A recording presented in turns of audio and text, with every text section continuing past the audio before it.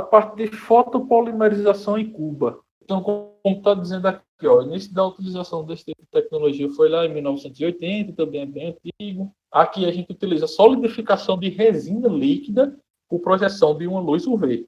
Ou seja, uma luz UV ela vai estar fazendo um caminho, um tanque de resina, e a partir desse caminho que essa luz UV vai estar percorrendo, ele vai estar fazendo a solidificação da peça. Então, essa tecnologia ela é muito utilizada para peças pequenas e com muito detalhe, tá? Então, a impressão 3D em FDM é mais utilizado para peças grandes, enquanto aqui, quando a gente está utilizando resinas em geral, não só nessa tecnologia de fotopolimerização em Cuba, mas quando a gente está utilizando resinas em geral, a gente costuma recorrer a essa tecnologia quando a gente está falando de peças menores, com mais detalhes, onde o FDM não conseguiria estar reproduzindo aqueles detalhes com uma riqueza muito grande.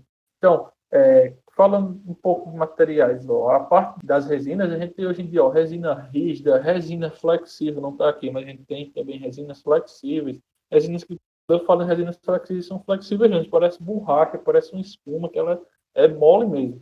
A gente tem resina para fundição, ou seja, resinas que fazem aquela parte que eu falei para vocês na primeira aula, dos moldes de fundição. A gente tem resinas biocompatíveis também, que eu já tinha falado a vocês na primeira aula, que são resinas que podem estar entrando em contato com o sangue humano, não vai ter nenhuma reação, tá? Esse tipo de tecnologia, ela é uma tecnologia que tem aí uma alta precisão dimensional, até 0,025 milímetros. Ou seja, aquela altura de camada que a gente tinha, que era justamente um dos parâmetros para a gente estar trabalhando na parte de acabamento superficial, aqui esse valor ele é muito menor. Então, com alguns exemplos reais, a gente viu lá utilizando até 0,2 milímetros de altura de camada. Isso, com certeza, vai deixar um degrau na peça. São aqueles degraus que a gente já tem conversado. Enquanto aqui, nas resinas, a gente tem uma precisão dimensional muito maior, chegando aqui até 0,020 milímetros, ou seja, aqueles degraus serão bem menores e eu vou conseguir ter peças com acabamentos superficiais muito melhores, beleza? O custo de operação ele é considerado um custo médio, né? O custo de FDM é um custo baixo e o custo em pó ele é um custo ainda mais alto do que o custo com resinas, tá? Então, se a gente for fazer um ranking, é mais ou menos esse. O menor custo é FDM, o custo médio resinas e custo mais alto as impressões em pó, tá? O processo de impressão aqui para resinas, aqui sim, galera, aqui ele é dividido em 3 etapas obrigatórias. 3 etapas, né, para não falar o que antecede, né? Porque aqui também continua a gente tendo que ter o arquivo, né? A gente tem que, se a gente for imprimir alguma coisa, a gente tem que ter o arquivo STL. A gente continua tendo que passar pelo software CAM. Só que aqui a impressão 3D ela é diferente, né? Não é uma impressão 3D, por exemplo, que você pode deixar lá imprimindo e ir embora e amanhã eu pego essa impressão. Não. Aqui com a resina não é bem isso que a gente faz, né? A resina aqui ela é um jeito de se trabalhar totalmente diferente. No final, obrigatoriamente, a gente tem que ter uma limpeza, não só da peça, mas também como dos equipamentos que a gente utilizou para realizar a impressão. Muitas vezes até do ambiente, porque quando a gente vai fazer essa limpeza, vocês imaginam trabalhar com resina. Mas todo mundo consegue imaginar o que seria uma resina bem pegajosa, você imagina trabalhar com esse tipo de coisa. Quando você está fazendo a limpeza da peça e até dos equipamentos que você utilizou, o próprio ambiente onde você está trabalhando, ele suja, e aí você tem que fazer também a limpeza do ambiente. Logo em seguida, você tem que fazer a pós-cura da peça, porque a peça ela não sai totalmente curada. É como se a peça ela ainda não saísse totalmente solidificada, se ela ainda saísse meia pastosa.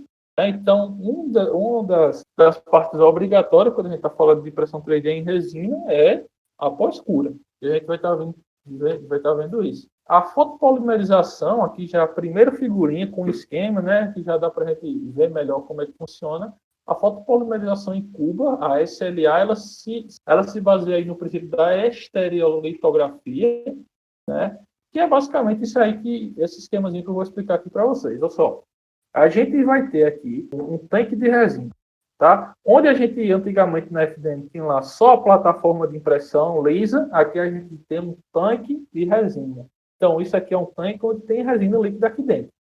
Aqui a gente vai ter a nossa plataforma de a mesa de impressão, plataforma de construção, assim como a gente viu lá na FDM. Como aqui a gente tem uma resina que ela é fotossensível, o que acontece? A gente vai colocar um laser ele vai dentro da nossa máquina, vai bater em um espelho, e esse espelho vai direcionar esse laser, e quando esse laser bater na resina líquida, vai fazendo a cura da resina. Isso vai solidificando a resina, vai deixando a peça, vai fazendo a nossa peça 3D. Então, com que isso vai acontecer na plataforma de impressão aqui, ó, no eixo Z, ela vai descendo, e o eixo X e Y é feito de acordo com o movimento do espelho. Então, o laser ele bate no espelho, o espelho ele vai direcionar, chama de varredura, né? Mas nada mais trazendo aqui para o mais comum para vocês entenderem, é um espelho. Então, esse espelho ele vai direcionar esse laser e vai estar fazendo com que aconteça a cura de camada por camada na resina. Aqui também na resina a gente também tem a geração de suporte, tá? Da mesma forma. Aqui do lado a gente tem, mais uma vez, um crânio. A imagem aqui não está ajudando muito. Todas as imagens eu peguei lá do Nery Volpato, tá? Deixando sempre bem claro que é o livro de referência que a gente está usando. Aqui a gente tem a peça, tá? A gente pode até perceber, por mais que a foto esteja preto e branco, a gente consegue perceber que essa resina aqui ela já é meio que transparente, né? A gente tem aqui, ó, os suportes que foram utilizados para estar fazendo a impressão, tá? Então, esse fotopolimerização em cuba SLA é um dos tipos de impressão que a gente tem utilizando a resina. Outro tipo de fotopolimerização em cuba, ainda em SLA, tá? Ainda é a mesma tecnologia SLA, é com a mesa, o que a gente chama invertida. Então, o que acontece aqui, ó, em vez aqui, o que acontecia, ó, a peça ela era curada aqui em cima, né? A camada de cima era curada, e toda a parte que já estava pronta, vamos dizer assim, ela vai mergulhando, vai se afundando cada vez mais em resina. Então, quando termina essa camada, abaixa um pouco, cura a camada de cima. Abaixa um pouco, cura a camada de cima. Então, outra geometria também, outra forma de ter a tecnologia SLA para a impressão de resinas é o contrário, ó, a movimentação do eixo em Z. Então, continua-se aqui tendo o laser, continua tendo o tanque de resina, só que aqui agora a gente tem, ó, uma janela transparente, tá? Onde o laser ele vai incidir no espelho da mesma forma, e aí esse laser vai ser direcionado no X e no Y, fazendo o desenho da nossa peça, mais uma vez fazendo a cura aqui da camada seguinte, e assim sucessivamente. A plataforma vai subindo e vai fazendo a próxima camada, subindo a próxima camada, e a própria resina que está aqui no tanque líquido, ó, ela é responsável por fazer a união dessa camada com a subsequente. Aqui a própria resina vai estar fazendo a adesão de uma camada com a outra, beleza? A plataforma, ela vai subir, aqui esse detalhe aqui vai ficar melhor da gente ter quando a gente vê o vídeo, tá? Mas aqui, só adiantando para vocês, a plataforma aqui, toda vez que for começar uma nova camada, essa plataforma sobe, saindo, tirando totalmente a peça de dentro do líquido. Então, imagina só, eu tenho essa peça aqui, tá? Vamos dizer que está fazendo essa coluna aqui. E quando for começar a próxima camada, essa minha plataforma ela sobe totalmente, vem um agitador de resina, né, um separador da resina, fazendo com que algumas impurezas que podem ter ficado na resina, fazendo com que haja alguma dificuldade na sintetização da próxima camada, elas sejam retiradas da resina, né? Esse agitador ele faz justamente isso. E assim, então, ó, agitar a resina para expulsar o oxigênio que fica na resina devido após a curagem. Então, com a peça levantada, eu vou vir com um agitador aqui. Não eu, né? A máquina, ela faz isso só. A máquina vai passar um agitador aqui dentro da resina e vai para que assim o oxigênio que tenha ficado devido à curagem da camada anterior, ele seja expulso da resina e aí a próxima camada seja curada de forma completa e a gente não tenha nenhum problema de descolamento de camada, ou se não de camada mal curada, ou se não com acabamento ruim. Ali a gente pode ter uma falha, caso esse oxigênio venha ficar, e a nossa peça ela pode ficar mal acabada ali, ou até mesmo pode vir a quebrar justamente ali onde ficou esse oxigênio, tá? Então aqui, basicamente o que eu falei a vocês, só que aqui mostrando realmente todos os componentes, né? Então aqui, ó, como eu falei para vocês, sai o canhão de laser. Alguns canhões de laser ele ainda pode ter uma lente, tá? Para estar aumentando esse canhão de laser ou para estar desviando de uma forma diferente, né? Então, ele sai do canhão de laser, pode ou não passar por uma lente, bater no espelho, o espelho redireciona e aqui ó, vai ter a peça que está sendo impressa aqui no tanque de resina. Tá vendo? Cada vez mais ele vai afundando, afundando. Isso daqui, ó, a gente tá vendo a peça. Isso daqui, ó, são os suportes, tá vendo? Ó, isso tudo é suporte. O tanque de resina, tudo isso que eu já tinha falado a vocês. A mesa elevatória, né, que aqui no caso está afundando a peça cada vez mais na resina.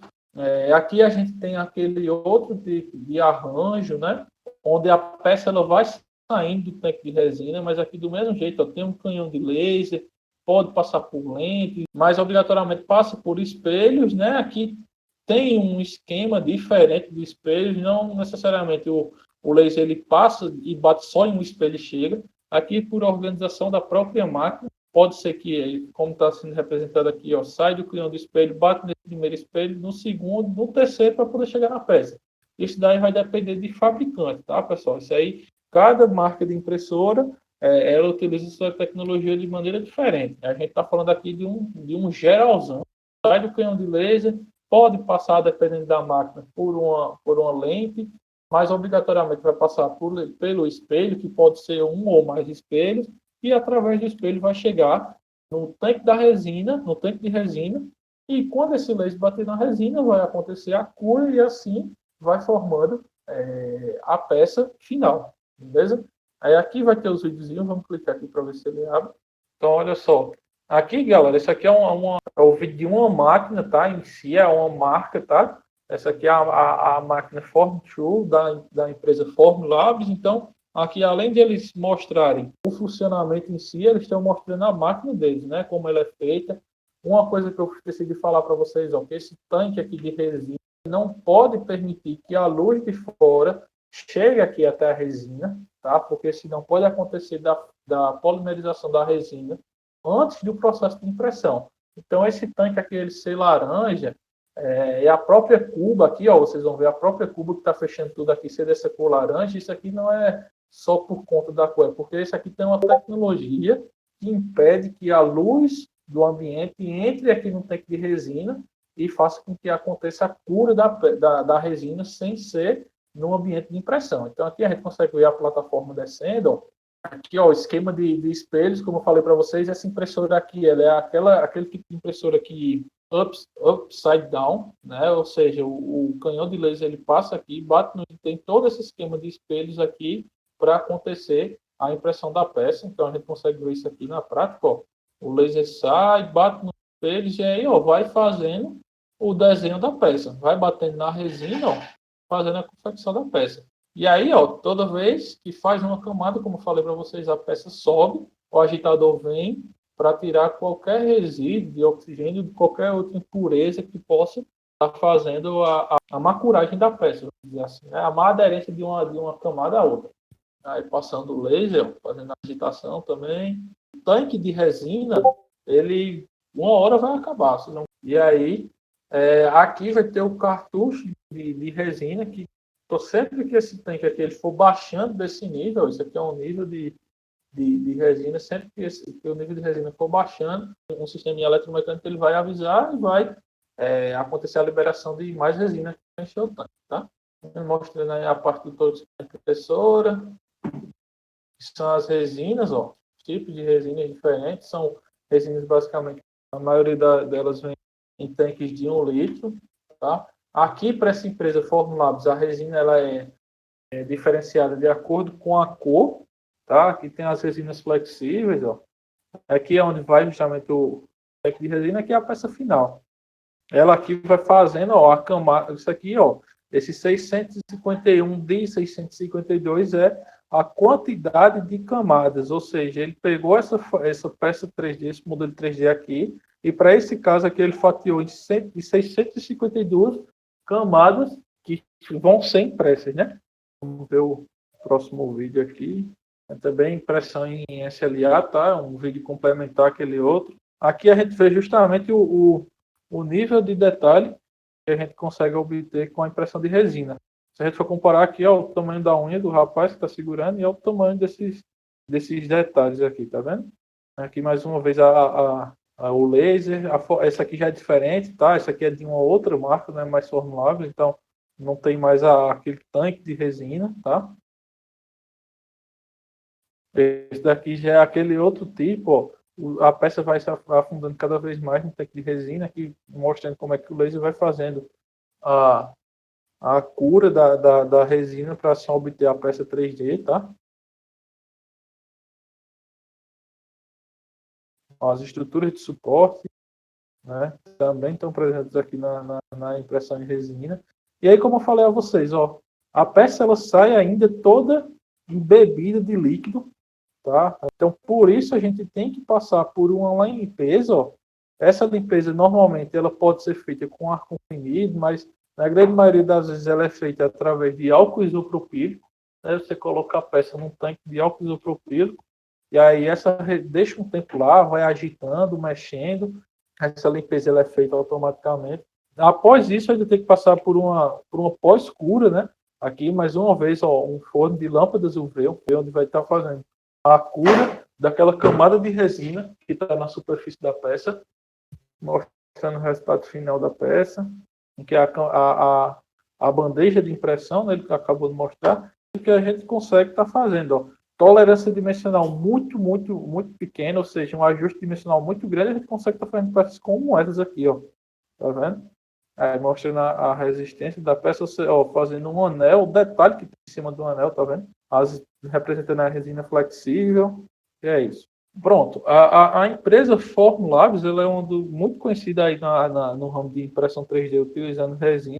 E aí, justamente para fazer aquela parte de pós-processamento que eu tinha falado a vocês, como a gente viu lá no slide, no primeiro slide aqui da tecnologia, ó, a impressão 3D em resina, ela é dividida em 3 etapas. Ela tem a impressão de fato, logo em seguida tem a parte da limpeza e depois tem a pós-cura da peça, tá?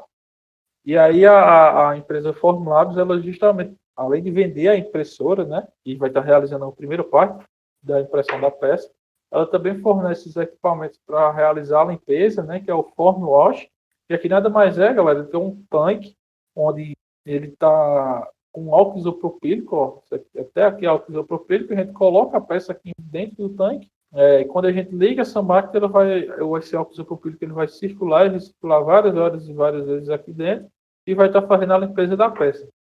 Aqui, a parte do pós-cura, a gente tem um Form Cure, essa peça vai estar girando, né? E essa luz roxa aqui é uma lâmpada UV, que vai estar fazendo a pós-cura da peça, como a gente já tinha conversado. Outra tecnologia, tá? Saindo agora da SLA e partindo agora para a tecnologia DLP, que é totalmente diferente. Então, ainda agora para a parte DLP, que é onde a gente tem um processamento de luz digital, o que é que acontece? É basicamente a mesma coisa, a gente vai ter aqui o eixo movimentando para cima, daquela mesma forma, a plataforma de construção, o tanque de resina, a janela onde vai passar, onde antigamente passava o laser, só que agora vai passar um gerador de imagem. O que seria isso? É como se, em vez de ir o laser percorrendo a peça, fazendo o caminho da peça, agora aqui sai um canhão de laser e faz cada camada por vez, não só faz o caminho. E aí, aqui, obviamente, essa tecnologia ela é mais cara do que a tecnologia de SLA. E aqui, por fim, a gente tem a fotopolimerização em cuba, só que agora a CDLP, ou se não também conhecida como CLIP.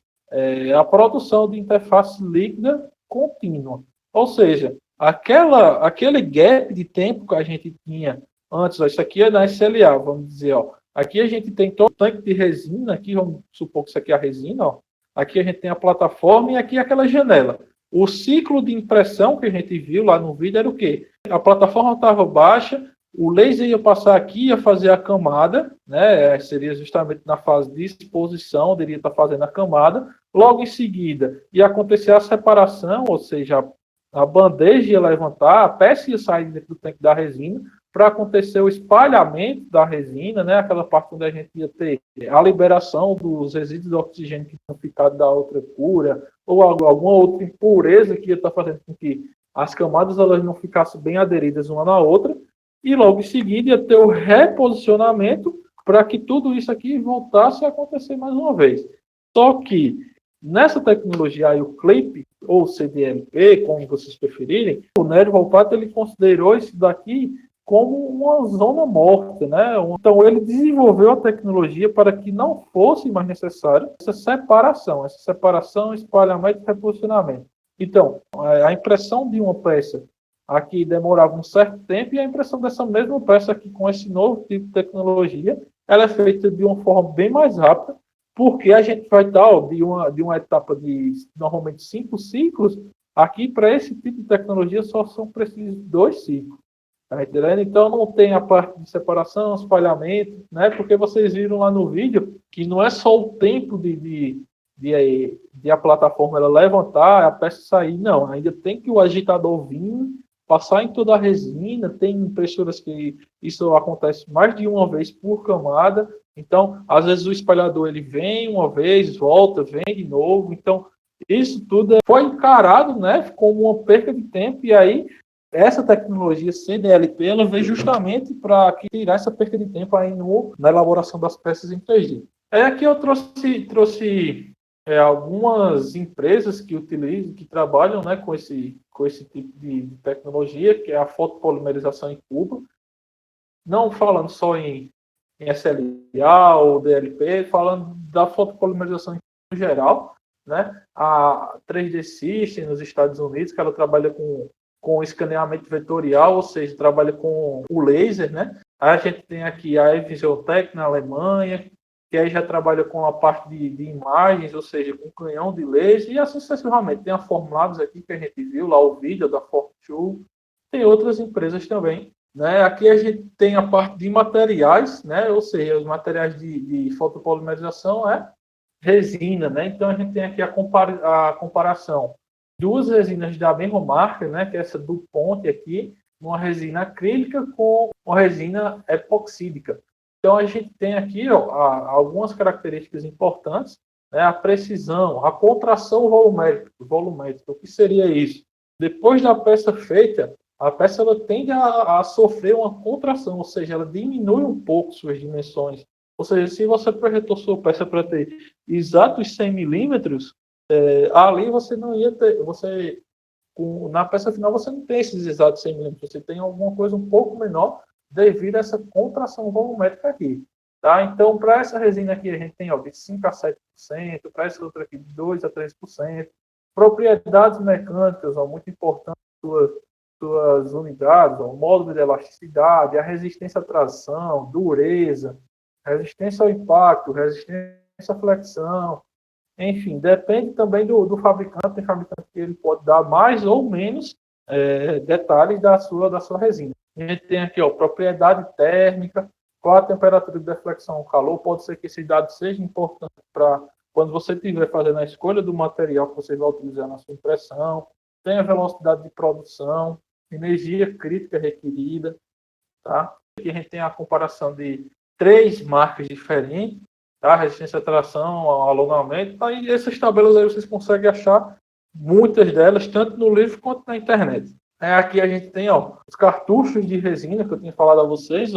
Cada cor dessa, ela traz uma aplicação diferente, é justamente que a empresa Formlabs utiliza para estar diferenciando suas resinas. Então, quando a gente passa aqui, a gente vai ter toda a descrição da resina. Por exemplo, a resina branca, captura os detalhes de forma excepcional, ideal para apresentações. A resina dental para guia cirúrgico. É uma resina biocompatível, classe 1, esterilizável em autoclave. Dental SG está desenhada para imprimir guia cirúrgico preciso, de esportes similares. Leia o nosso documento técnico. Isso aqui eu peguei de um catálogo da própria Formlabs, tá?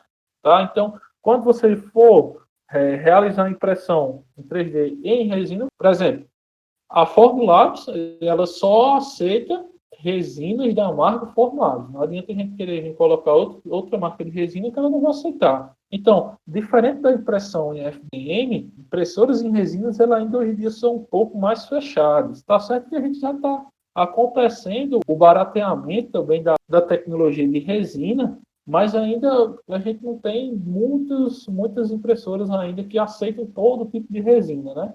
a gente ainda, quando se fala em impressão de resina, a gente ainda fica meio preso à tecnologia que vem embarcada nela, e a gente tem que utilizar a marca de resina que ela indica, porque na grande maioria das vezes é a marca da própria impressora.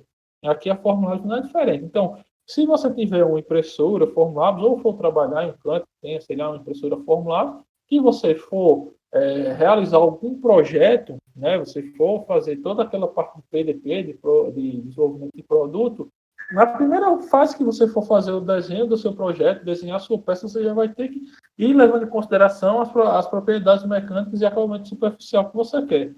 E na hora de fazer a escolha da resina também não é diferente. Tá?